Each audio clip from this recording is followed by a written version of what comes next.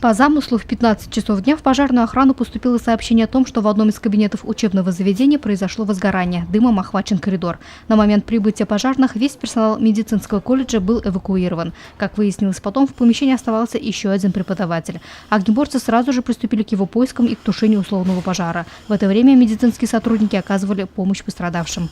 Подобные мероприятия мы стараемся проводить ежегодно. Первый раз сегодня проводились с привлечением пожарной охраны, спасателей и горбольницы. Считаю, что такие мероприятия нужны проводить, потому что ситуация пожароопасная, особенно сейчас весной, и часто случаются пожары. И зачастую пострадавших больше из-за того, что не успели эвакуироваться. Я считаю, что мы прошли успешно тренировку, быстро сработали, эвакуировались и дождались спасательных служб. Как отмечают организаторы, учения прошли на высоком уровне. Пожарные, персонал колледжа, полиция и скорая медицинская помощь с поставленной задачей справились. В общем, все сработали оперативно. Луиза Мустафина, Игорь Хамитов, Дамир Хайбулин, телекомпания СТВ.